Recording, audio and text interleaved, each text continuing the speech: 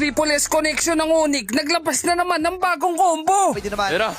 Pero mahahatak Si din James Banks. Hatak ni Super Yoshi. Tsaka magiging Lapag ng Gundam ni Super Prince. target lansing At yung paulan na Jabombits ni Sabero. pinuntahan kagad ito. Super Prince with a kill.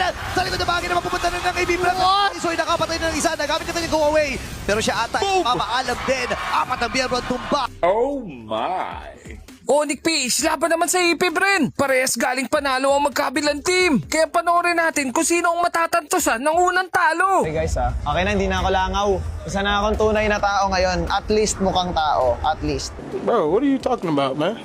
Pero simulan muna natin sa Game 1 mga Lodi. Walang Triple S na naganap dito. At napakaganda pa ng pinapakita ni James Banks early. And tumama na naman yung star shot mula kay Super Prince.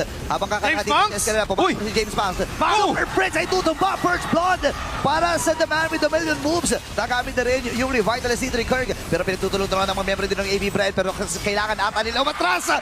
Hanip din talaga to si James Banks. Napakalawak ng hero po. Lucas Jungle ba naman? Pero tuloy-tuloy pa rin sila. At sila yung magtatagumpay. Patay si King Kong dito. Nagamit yung Wrath of Dryad. Si Kirky tumatakbo. Kailangan Prince ay pinatuhan na lang lahat. Pero hindi pa pala tapos sa pananalap. Kasi makakapatay din. Busing, walang kanin, busing.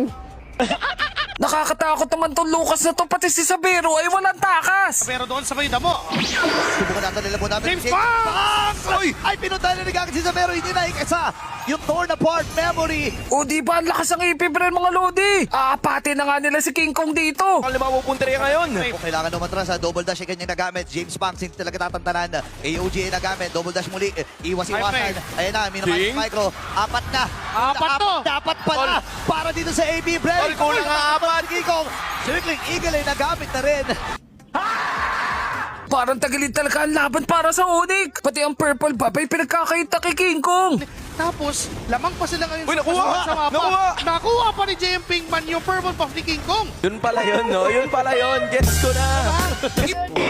Nasa audience pala yung mga secret buff ng Onyx. Kaya biglang bumawi. Ang Super Yoshi may hatak niya. Ay, wala iba kung dito si JM Pinkman at talaga mawawala na naman yung isa. Sumugod na si James Banks. Ay isa-isa na ata dito ang mga miyembro ng Onyx Philippines. Circling Eagle din sa benta likod. Uy! Siyempre namatay sa kamay ni Sabero. Siya ay nakadalawa na. Purify nagamit. Pero naghahabol pa rin si Kiko. Super Prince ay nakakuha muli. Yun lang, sumakit na din si Sabero. Kaya ang Game 1 ay mapupunta pa sa Onyx PH. Teka lang si King Kong. Ay, bibigyan na kagad nila si Escalera. Nahatak at magtatagumpay na nga sila. Kulang kagad ng isa. Ang AP Brand. Ay, nitong Lord. Ayun na, available na yung Divine Binding. James Si Banks. Nancy pumasok na nagamit din yung Sabero Wind of Wind of Nature. Nature. And si James Banks ay Uy! ang pupuruhan. Buhay pa rin si Sabero. Tono oh! Memory, kanya nagamit. Ngayon nag-ahabol ang Onyx Philippines. Napatumpa na rin nila dito si Lancy. Si JM Pinkman naman na magiging next na cash.